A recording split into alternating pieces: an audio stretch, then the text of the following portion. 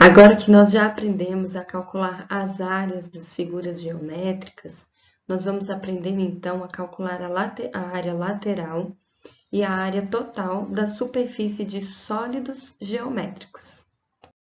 Mas talvez vocês estejam se perguntando, o que é mesmo um sólido geométrico? Pois bem, vamos relembrar então. Sólidos geométricos são essas figuras aí: o cubo, a esfera, o cone, o paralelepípedo, o cilindro. Esses são alguns dos sólidos geométricos que vocês vão trabalhar daqui para frente.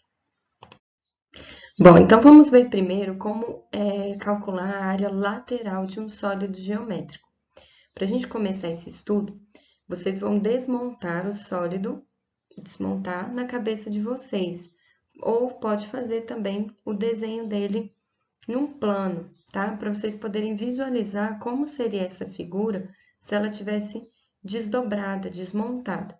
Então, por exemplo, aqui no cubo, se a gente desmontar, vocês vão ver algo aí parecido como um jogo de amarelinha, né? E, por outro lado, aqui no prisma, vocês vão ver, então, 3 retângulos e nas partes de cima e de baixo esse triângulo. Percebam que nas duas figuras, a área lateral, ela está representada por esse cinza levemente mais escuro, tá? Então, aqui no caso do cubo, essa área lateral é formada por 4 quadradinhos. Esses quadrados têm o lado L, e aí, então, a área lateral vai ser o somatório da área desses quadradinhos. Então, tá aí.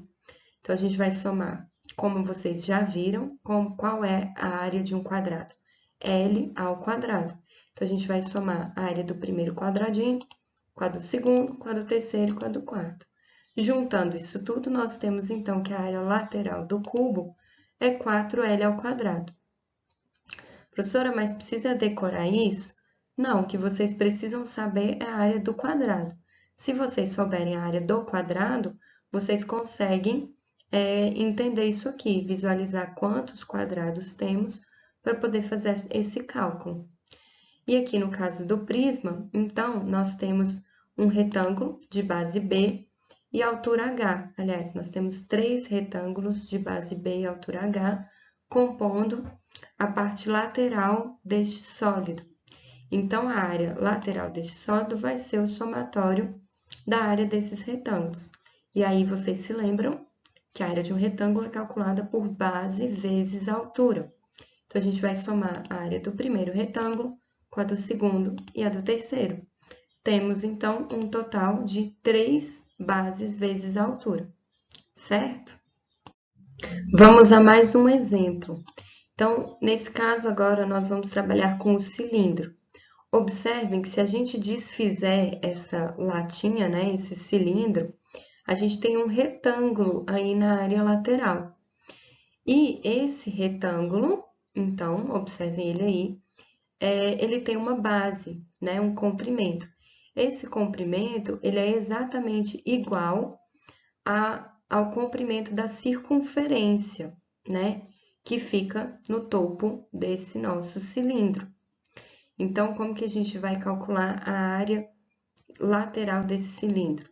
Seria 2πr, que é o comprimento da circunferência, vezes A, que nesse caso é a altura, como ele está indicando aí na figura.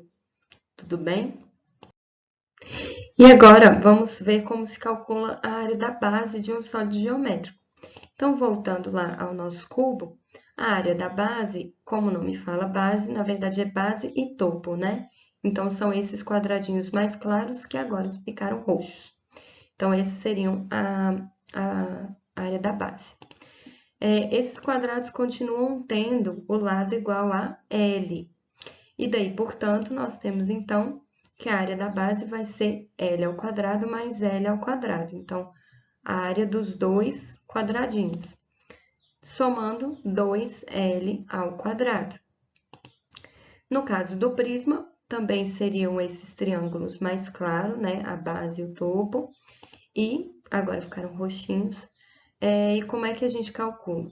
Então, no caso desse triângulo, a gente ainda precisa de uma outra informação, que é a altura do triângulo. que não é a altura do cilindro, tá? Então, o que que a gente vai fazer para calcular a área, né, da base, nesse caso, do prisma? A gente vai somar a área desses dois triângulos. E como que se calcula a área do triângulo? Base vezes a altura do triângulo dividido por 2. Então, base vezes a altura do triângulo dividido por 2 mais base vezes a altura do triângulo dividido por 2, nós temos o quê? 2 bases vezes a altura do triângulo dividido por 2, simplificando esse 2, então fica apenas base vezes a altura do triângulo, tá? Essa seria a área da base desse sólido geométrico, do prisma. No caso do cilindro, nós temos, então, essas duas circunferências aí na base e no topo. Aí, como nós vimos, como é que se calculava a área de um círculo, né, ou de uma circunferência?